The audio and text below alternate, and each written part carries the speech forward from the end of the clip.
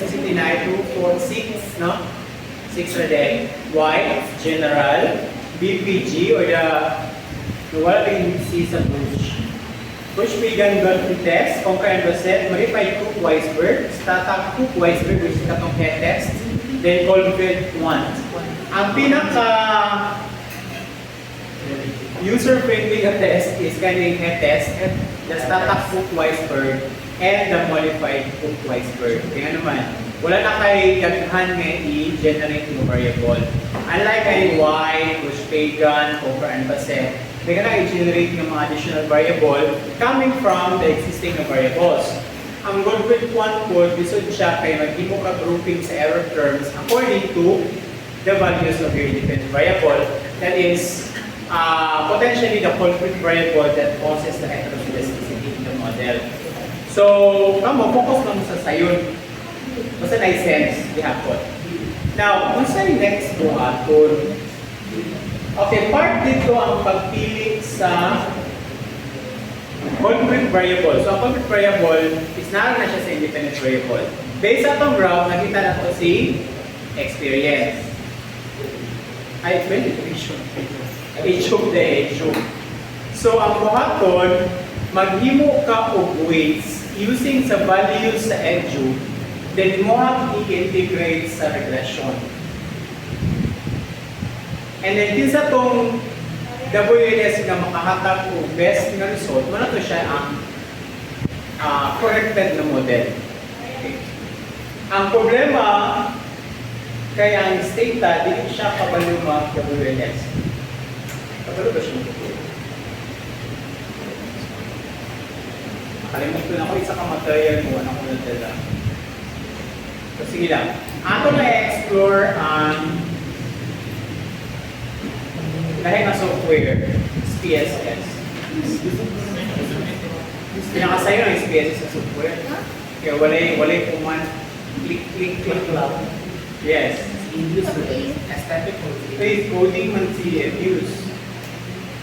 SPSS na sa ako ang i-introduce sa inyo, ha? Maghatag ko sa inyo yung software, i-install lang. Pero sa exercise na inyo na magamit. Hindi man ako nihatag sa exercise sa inyo exam. Para lang makuha na ito ang topic. Meron din mo. So, ano siya pagpadako?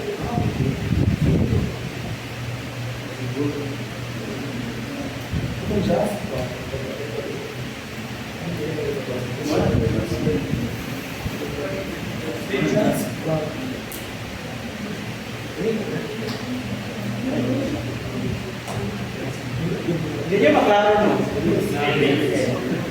Kasi nag-zoom. Kung zoom mo ba daw nga mo? Kung zoom siya o.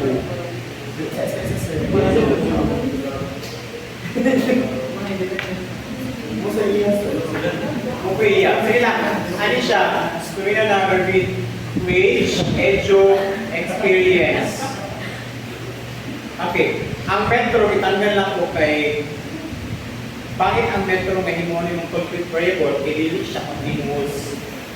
Ang imuhang metro kay dichotomous lang siya, duwa lang ka-value. So, ang experience of edu lang ang continuous. And it came out that ang culprit variable or ang variable na naka-cause of heterogeneity is ang edu. Kaya siya ang pinaka-klaro pattern based on the graph.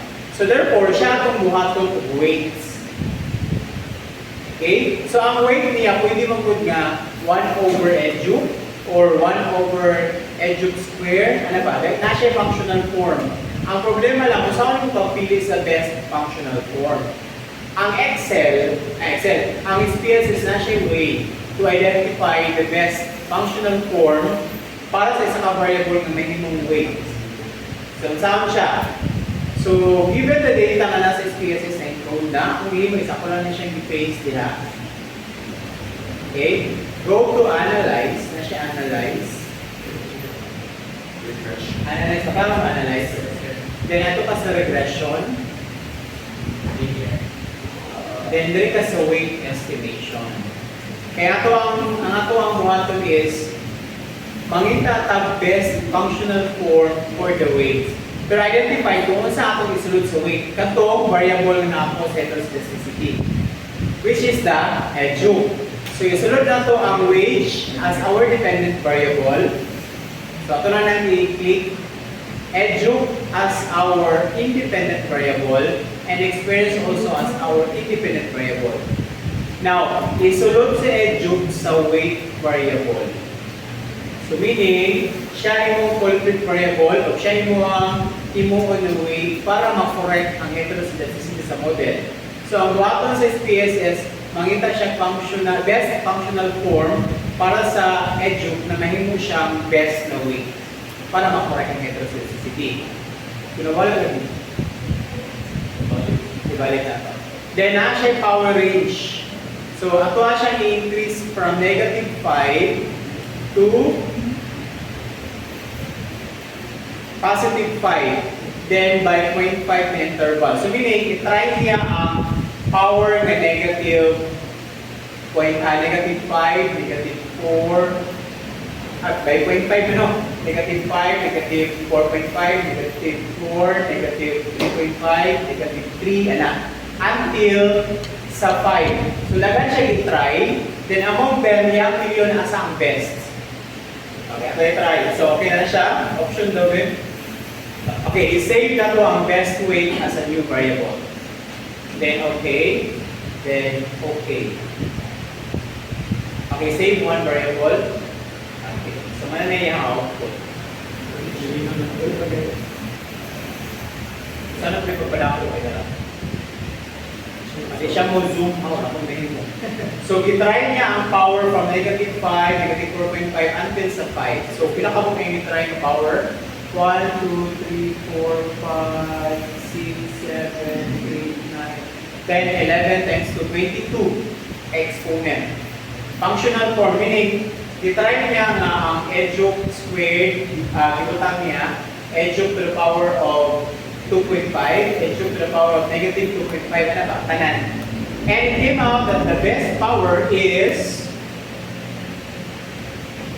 2 squared. Ibutang niya man yung indicator na siya A. Okay? And then, kung tayo mo mga powers, ano ito yung functional form? Nga, i-save na niya ang